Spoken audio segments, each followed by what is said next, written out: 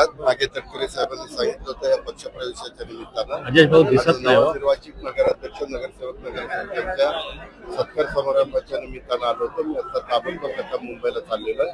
हेही काम करायचं, हेही काम करायचं. शेवटी निवडणुका पण महत्वाच्या आहेत, परंतु त्याचबरोबर कार्यकर्त्यांचं स्वागत करणं आणि कार्यकर्त्यांचं अभिनंदन करणं तेही तितकंच महत्वाचं आहे. म्हणून रायगडमध्ये आलो. दादा बिनविरोध नगरसेवक झाले, बिनविरोध त्यांच्या विरोधात आता मनसेची आहे ती याचिका कोर्टात दाखल केली. प्रत्येकाला मी मागाशी सांगितलं, संविधानाने प्रत्येकाला अधिकार दिलेला आहे. कुणाला कुठं जायचंय ते जाऊ शकतात, तो त्यांचा अधिकार आहे.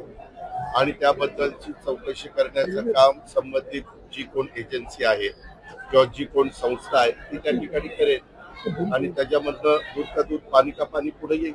म्हणतात की युती धर्म फक्त भाजपनेच पाळावा काय, राष्ट्रवादीच्या नेत्यांनी त्यांनी सांगितलेलं बरोबर आहे. सगळ्यांनीच युती धर्म पाळला पाहिजे.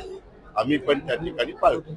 दादा निवडणुकांमध्ये खून पडतायत, दादा निवडणुकांमध्ये खून पडतायत, दादा निवडणुकांमध्ये खून पडतायत, काय सांगाल? सुटेल काय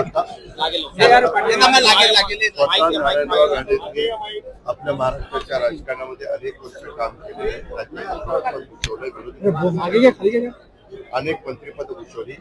या कोकणवासियांनी त्यांना खासदार पण केलं, केंद्रीय मंत्री पण केलं आणि वेगवेगळ्या ठिकाणी काम केले. आता त्यांनी त्याबद्दल मला तुम्हीच प्रश्न विचारताय, मला काही त्याच्याबद्दलची माहिती नाही. परंतु माझी भेट झाल्यावर मी त्यांना विचारेन की बाबा का आपण असा निर्णय घेतला.